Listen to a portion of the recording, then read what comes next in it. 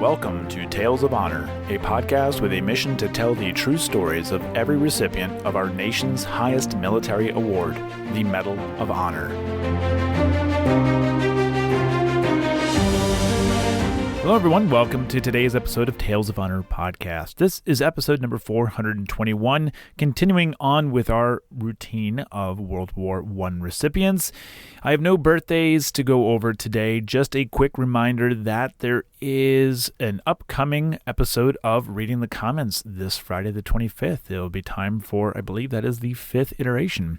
So keep an eye on your podcast feed, wherever it is that you are listening to my voice right now. That's it. That's all I got for you. Let's move on into today's Tale of Honor. Reidar was born on the 12th of February, 1894 in Oslo, Norway, and he emigrated to the United States through Virginia in 1913. After moving to New York, he enlisted in the New York National Guard and deployed with Company A, 105th Machine Gun Battalion, 27th Division to Europe.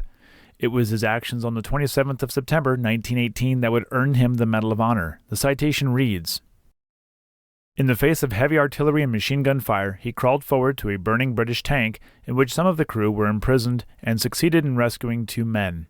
Although the tank was then burning fiercely and contained ammunition which was likely to explode at any time, this soldier immediately returned to the tank and, entering it, made a search for the other occupants, remaining until he satisfied himself that there were no more living men in the tank."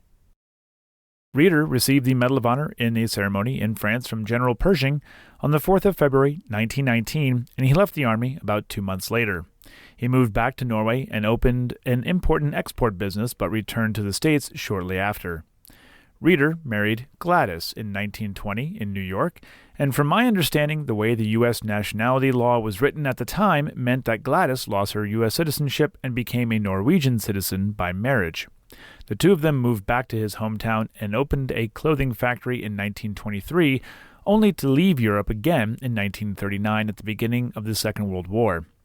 Reidar was 47 years old when the Japanese bombed Pearl Harbor, and he tried to re-enlist but was initially told that he was too old. After much persistence and review of his Medal of Honor, he was accepted in the Army's intelligence service and was based in Sweden. The Nationality Act of 1940 allowed him to become a U.S. citizen, which was kept a secret until the end of the war, and then was the vice president of Remington Rand Corps' European operations after the war. Reidar and Gladys would spend their summers in Oslo, Norway, and their winters in Stuart, Florida, where a street is named in his honor. Reidar Waaler died on the 5th of February, 1979, at the age of 84 due to complications of a surgery. He and Gladys are buried in the Forest Hills Memorial Park and Mausoleum in Palm City, Florida, section NEAGS, row A, lot 5. And that was a tale of honor. Thank you for listening to Tales of Honor, and if you enjoyed the show, please be sure to subscribe and tell your friends and family.